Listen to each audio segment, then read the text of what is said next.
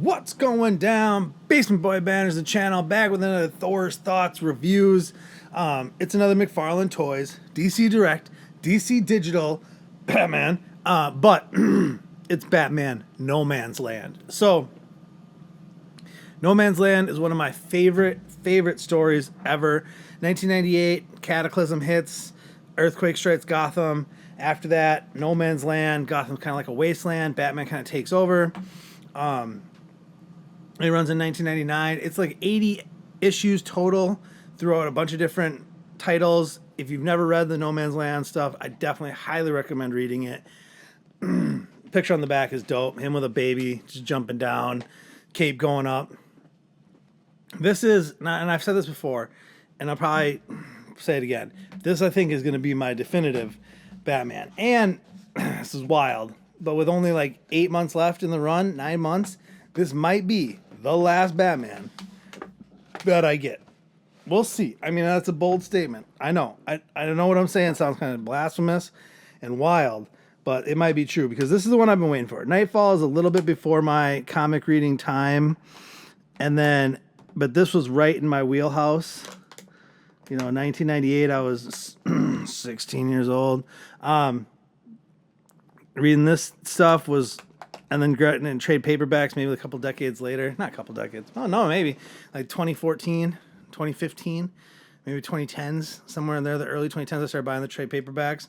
If you've never read Cataclysm through like War Drums and War Crimes, or War Games, War Crimes, that run, that's the Batman. Like, that's my stuff. And this is the coloration of this Batman is exactly, what I wanted. Now, it is a DC Direct, DC Digital, so we don't usually get a ton, but we do get another Batarang, and we do get a pair of fists and a pair of open hands, which, I mean, for me, that's like bare minimum, but I'm glad we at least get that. It's a DC Digital figure from the DC Direct line, so you get your DC Digital card. I've yet to redeem one of these. Will I ever? Who knows? I'm not super worried about it. A digital collection sounds cool. It really does. But it's just not something I'm, beating down doors for. Card's cool. It's just the same back of the box. I'd say for me, this is probably my favorite Batman story. Hush is up there. Long Halloween is up there. There's some really good stories out there. But this, for me, that run, it's like 100 issues total. Like Batman 533 through 644-ish. That, for me, is the run. Like, that is the run. Your handy-dandy McFarlane Standy with the DC Digital, stamp on there. I'd rather have a Batman signal, but whatever. Oh, yeah, buddy. This is the, oh, no way. Jip. Total jip. There's no wires. It's not a wired cape. It's unwired. It's just a vinyl cape. This is the same cape they've used for a bunch of figures. I think this is the same cape that they used on the Battle Damage Nightfall Batman. And I'm looking for him because I know he's around here somewhere. But no wires. What in what? Why? Why would you do that? That kills me. That absolutely kills me. I mean, the ends are open, so you could stick a wire in there and then seal them shut. This is insane. Oh, whatever. It's the Nightfall Buck. They've used it a bunch of times. This might be my favorite use outside the original one because it has the cloth cape. Now, I was hoping for a cloth cape with wired cloth cape because to get in like the pose that he's jumping in, I'm gobsmacked that they didn't put wires in this cape. It's a great Batman, but that definitely hurts it. Like I said, you do get the pair of fists. You get the hand. The belt is a little chonky. It looks really good compared to the slim belt. It's that slimmer physique Batman. He's not super jacked. He's not super yoked Batman. He's, lean, mean, fighting machine Batman. This is my favorite Batman. Now, I'll be honest with you. Wired cape, I was ready to give it the throne. I was ready to say this is the Batman of all the Batmans. I mean, they used this buck for the stupid Detective Comics 582 or whatever, the one where the head pops off really easily because there's no shoulder mobility because the way the plastic molding is. So and the coloration of this is perfect. So I was ready. I was about to say this is the one. Like, but to not put wires in the cape to me is wild.